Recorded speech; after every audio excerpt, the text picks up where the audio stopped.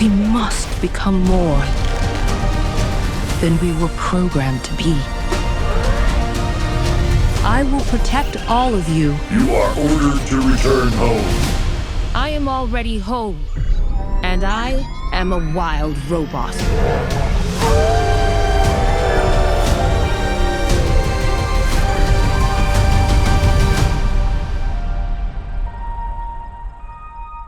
This is Mixed Sessions 2024 award season coverage. I'm Jennifer Walden, here with the sound team on The Wild Robot. From Skywalker Sound, we have supervising sound editors Brian Chumney and Lefferts, who was also a re-recording mixer.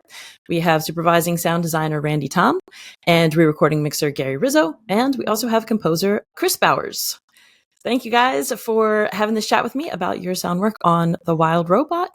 Animated films, they take years to complete. I believe it took The Wild Robot like 3 years before it was done. So when was the sound team brought on, and what was the first things that director Chris Sanders wanted you to tackle? I think I started Leff. Didn't we start about somewhere between 1.5 and 2 years ago? Yeah.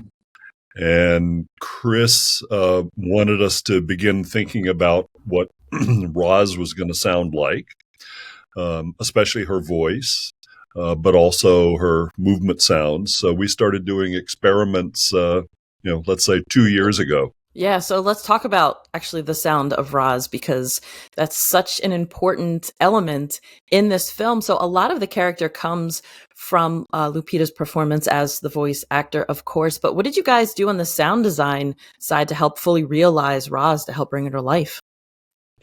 Well, Kris and the rest of us were thinking early on that maybe, as Kris Sanders, the director of the film, that she should begin sounding very robot-y and gradually turn more and more human.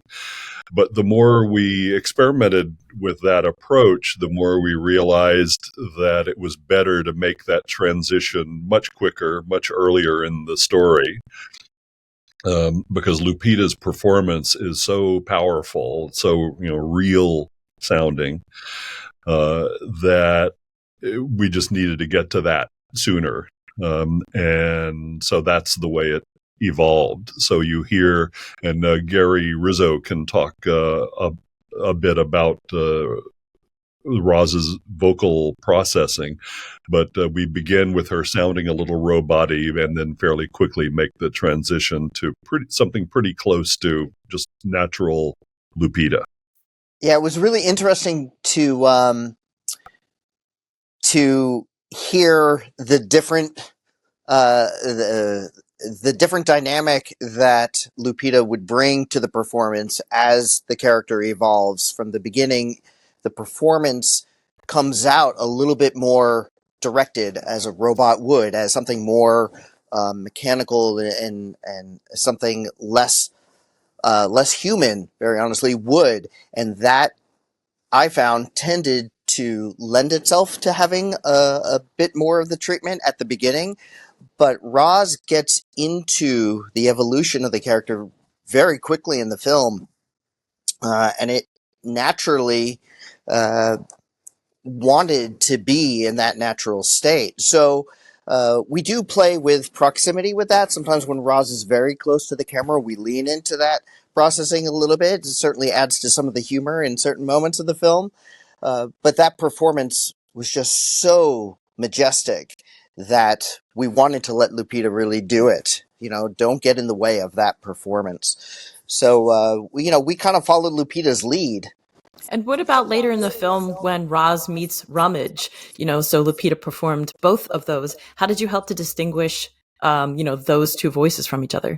Well, that was the beauty of the setup of the treatment with Roz, was that we could kind of establish that, yes, this is a robot. And yes, when it is in a very literal mindset, that it can have this treatment. And so when we do meet Rummage later on in the film, there is a contrast. There's a sonic contrast between these two characters. And Rummage is, playing it by the book, playing it the way that the robot would essentially do it, by program, by command. Whereas Roz is very much into the parenting mindset and Roz's heart is then that much more exposed in the scene when playing against Rummage, who is definitely, playing the program as a robot would.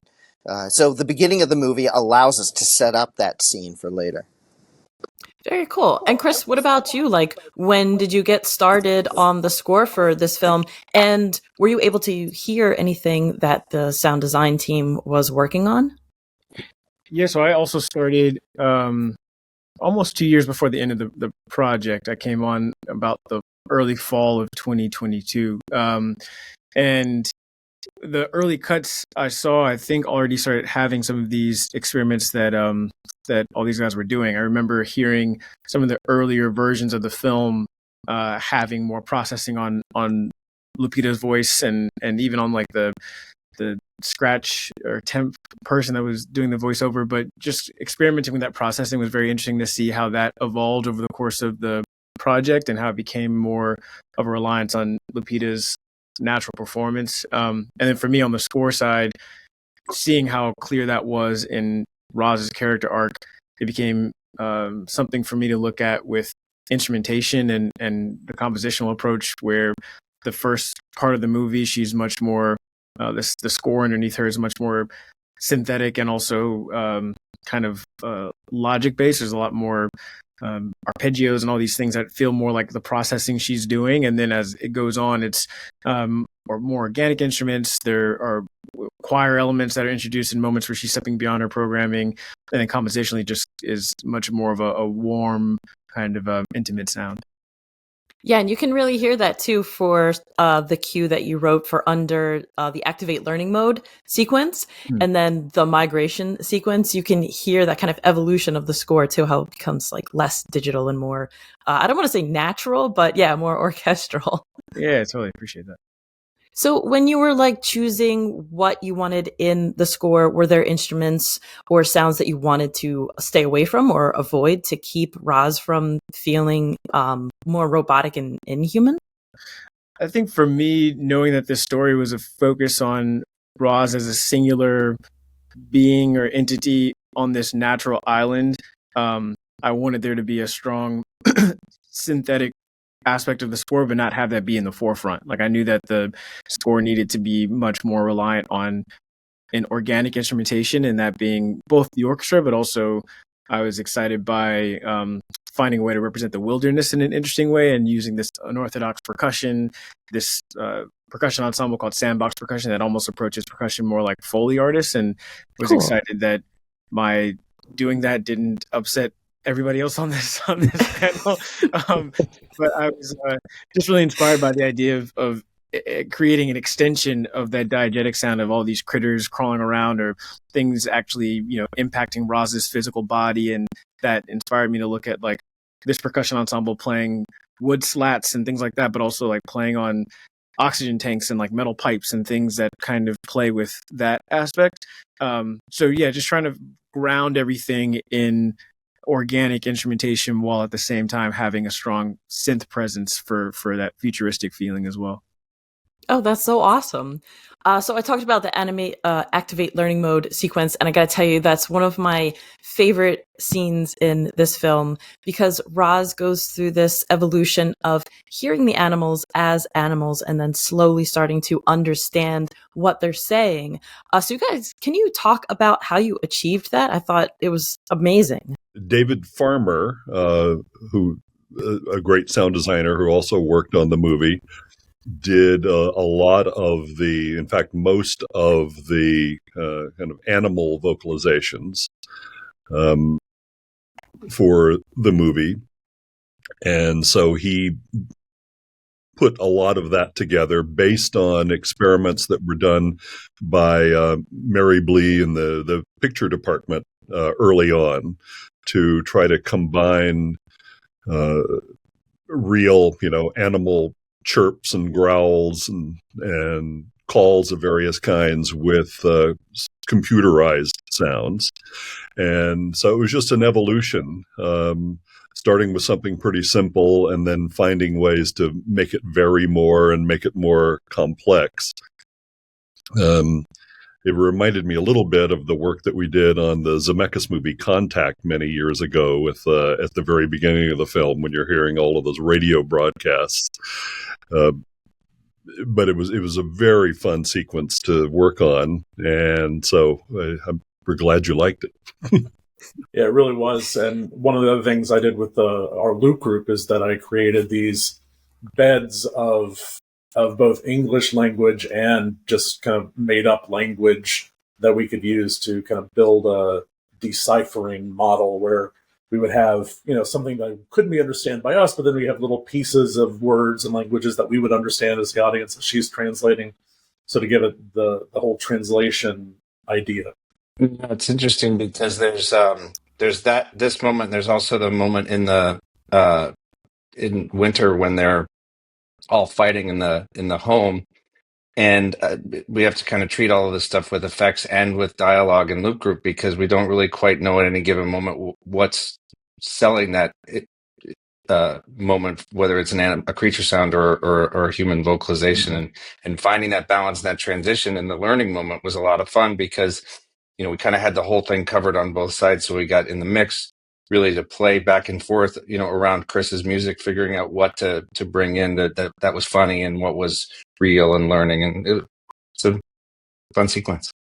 Yeah, and finding the beats of when you would actually want to hear English and timing them with the visual effects as they would change. Little translation bubbles that would be popping up would maybe change from version to version, so we'd have to make sure what we had works. And it was fun, and it continued all throughout the whole film to be something that we would be paying attention to.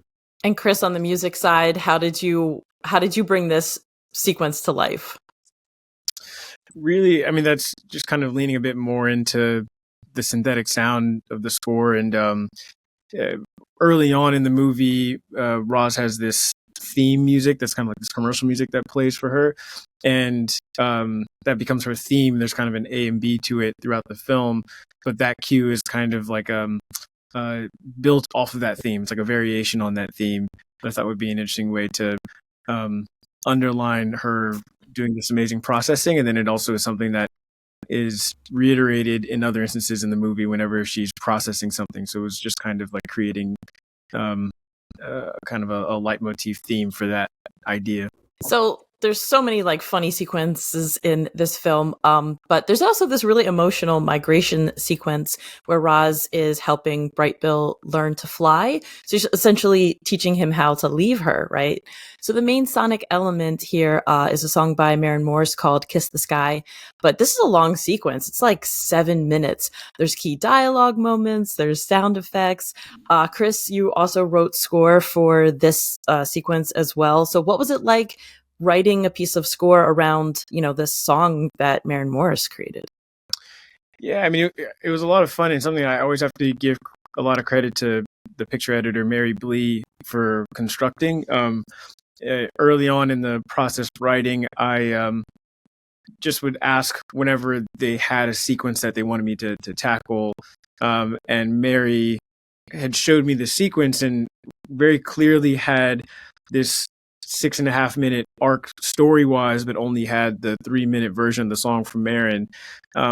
But for me, with what she was showing and talking to me about wanting to connect these essentially like 3 little sequences or scenes, felt very clear to me. And so I asked if they would send me the stems. And so Maren and the songwriter sent me all the stems to the music, which is also really, really rare and very generous of them to do. And then I just music edited the song to go across the whole thing and orchestrated around it and brought in some of the themes from the score, and then also decided to change the key when the song comes back toward the end and do a reharmonization toward the very end of it. So it was really just emotionally following this very clear training montage that Mary had cut together, and having all those elements from the song separated out was really helpful. And then once I did that and played it for Kris and Mary and they were excited about it, we sent it back to Maren and the songwriters, and they re-recorded their material and changed some other elements and sent that back to me so that I could redo the edit and all that. But yeah, it was definitely a collaboration between those three departments. Wow, that's awesome. And Gary and Leff, on the dub stage, what were some things that you did? What were some mixing decisions that you made to help keep the emotional intensity going the entire time? Again, it's a long sequence. Yeah, but it's a beautiful sequence, and that's what really allows it to be what it is. It's got this natural energy crescendo to it, and for me, I'm always concerned that we don't want to get too loud too soon. It's about making sure that arc dynamically sits where we emotionally want it to sit. And that's part of what I love about this arrangement, is that it builds and then it breathes a little bit, and then it builds and then it breathes a little bit. And that is just a joy for any mixer on a dub stage, to be able to have that kind of crescendo over that stretch of time with a beautiful musical piece as well as a beautiful scene. We're just always looking for those moments where we can get the little bits of detail to come through while living within that dynamic. We're trying to represent the story more than anything, trying to represent the artists and represent Kris's arrangement of this cue, which is simply spectacular. I love that it's not just the song carrying the whole scene, like a music video or whatever. Like, there's sound effects that poke through as well that help with the emotional intensity of the scene. So I guess, Leff, on your side of the board, what were some of the decisions you made on when to bring in effects and kind of when to pull them back and let the music take over? That's something that's kind of the fun part of what Gary and I get to do sitting up there. And I think that, again, it's really all built from that arrangement. Like, I still hear that guitar starting it. It's like it all starts so simple and beautiful. And we have these great moments. As Gary mentioned, we get to breathe. I love that moment when Longneck finishes and goes to fly off. There's just pretty much nothing but his kind of goofy wings happening. We get these little moments where the music gives a rest, and we get to tell a little bit more of the story or be a little funny, and it helps keep it going into that moment. I mean, when he throws that rock and that the brass starts to swell, and it gets big at the end, and it's just awesome. And we can't get there without all of those moments that are sort of, laid out by Mary and Kris with this original arrangement. So it's a lot of fun. And we just play, Sometimes we go too far. Yeah, go back. But there are a couple of great moments where there are percussive elements within the music, within the score, that are complemented by sound effects. There's some hits that really play well together. At the same time, we're making all these choices just to make sure that we're not overdoing anything at any given moment. It's a beautiful scene, and I think there were we're just figuring it out as we go. We go with our gut, and I got to give props to Alan Meyerson, our scoring mixer, who gave us gorgeous source material for this to allow us to play it within the hemisphere that is immersive, Dolby Atmos and all the other immersive formats that are there. It really allowed that cue to grow as we get through the sequence. And I think, Brian, you had said this in a chat we had about the Wild Robot earlier, that the sequence ends with the saddest checkmark sound of the entire film. It does, yes. That was just, for all of that, everything is beautiful and as joyous as that scene, the whole run is, to then have it end with this little sad, little mission complete. It was so powerful. So I have time for just one more question, and we've really only scratched the surface of how much incredible sound work went into The Wild Robot. But now that it's over, what has stuck with you the most about making the sound for this film? I guess, Kris, let's start with you. I think just the collaborative energy across the board. I mean, like, everybody here, like, I got to go to the dub stage, for a lot of the mix, which doesn't often happen, and it was such a warm, inviting experience that all these guys provided. But also working with Kris and Mary and Jeff the whole time, I feel like when something ends up being this big in terms of like commercial visibility, there can be a lot of kind of external forces that apply unnecessary pressure to the creative process. And I feel like Kris, as a director and as a leader was so incredible at creating a very intimate, trusting, familial environment that really made it so that by the end I still wanted to keep going and felt sad that this was going to be over. And, at leaving the dub stage, I felt sad that, it's kind of one of the things that's exciting about continuing to talk about it is I get to continue to see all these guys and also just hear about the process, because I feel like there's just so much like love and heart that went into every aspect, every detail of this project, from the visuals to the sound and everything. So I'm just thankful to be a part of it. Yeah. And Randy, what about you? You've worked on so many animated films. What stuck with you about making the sound of the Wild Robot?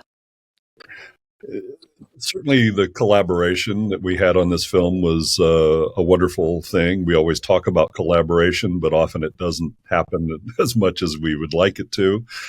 Sometimes you have the dialogue department and the sound design department and the score department and the song department all kind of marching in the same general direction, but not really talking to each other enough or sharing enough. But that did not happen on this film. We had real collaboration, from early on, and that makes a huge difference. Just in terms of my little department, I was happy to try some new things with Roz's movement sounds. We wanted to get away from the traditional kind of conventional servo sounds that we often have for robots, and try some kind of hydraulic and pneumatic sounds, which made me think, why not have breath as an element for some of those moments when she extends her arm or when she moves. And so we had the Foley performers who were breathing into the microphones for Roz's movement, and I did it, and several other people did it, and it really gives her a kind of new sound that we haven't associated with robots before. So I was proud of that. Awesome. And what about you, Brian? What stuck with you about making the sound of this film? I think everyone here has mentioned in some way or another, joy and beauty, and those two words, and I feel like that is what this was it was joy to work on, and working with Kris Sanders and collaboration, obviously, with everyone here and with Kris and with Mary Blee. And it's just one of those experiences that everything that I was putting into it, I was proud of, and I was proud of everything that everyone else was doing as well. It was a wonderful experience. And Leff, you were on the editorial side and the mixing side. So what has stuck with you about the whole long process that you've been through? As you can imagine, there's a bit of a theme here. I think that everybody had so much fun. And I think that sort of starts with Kris and trickles down, because he's so passionate about this story and storytelling, and that kind of seeps into everything that we do. So when Randy and I and Dave and Jamie and our whole crew were cutting effects and doing all this stuff, and we're going back and forth with Brian and the dialogue department about, the animals versus the loop group, we're always talking through this whole process. To me, it really, what Kris brought up is the energy on the dub stage kind of was emblematic of the whole process with us from the very beginning. I mean, in the very beginning, we were processing Lupita at night in between ADR sessions and sending stuff back and forth, all the way to the point of, Gary and I trying all these different things. And there's Mary and Kris and Randy and Dave and Brian and Chris Bowers. We're all on the stage together, and we're talking, and we're doing all these different things, and we're trying stuff. We're all in service to this really beautiful story. And it was fun. And it was, I do miss it. It was sad leaving that stage. How about you, Gary? You brought all the energy to the stage, right? That was you? Well, for me, when I'm mixing on a film, I fall into these movies, and I fall deep into the characters and into the story, and I really try to go deep with them. So there's a lot of parenting in this movie, and it's a journey of parenting, and I've got teenagers, and so, I was right there with Roz on this journey, and that's kind of what when I look back at this particular film, that, yes, was a glorious collaboration with everybody working together. There's no doubt of that. What resonates with me is the element of parenthood, and that rarely is there a perfect parent, and I feel that right now where I am in my life, and I think that this movie fell into it. I don't know. This movie came at a time when I really emotionally needed this movie, where I found myself as a parent, where I found myself on my journey, and to know that if you go with your gut and you go with your heart, it's all going to work out and it's all okay. And to know that you're surrounded by people that support you, like this team, and people that are all working together to make something beautiful. There was rarely an experience like I had on this film. Yes, I'm right there with you. This film came out at a perfect time for me too. And I got to tell you, it's not weird sitting in a theater full of other strangers who are all crying at the same time. That's like not weird at all. It's beautiful. Yeah. So nice. Thank you guys again for chatting about The Wild Robot. Best of luck to you this award season. And if you are watching this, please go out and vote. Thank you. Thank you. Thanks, guys.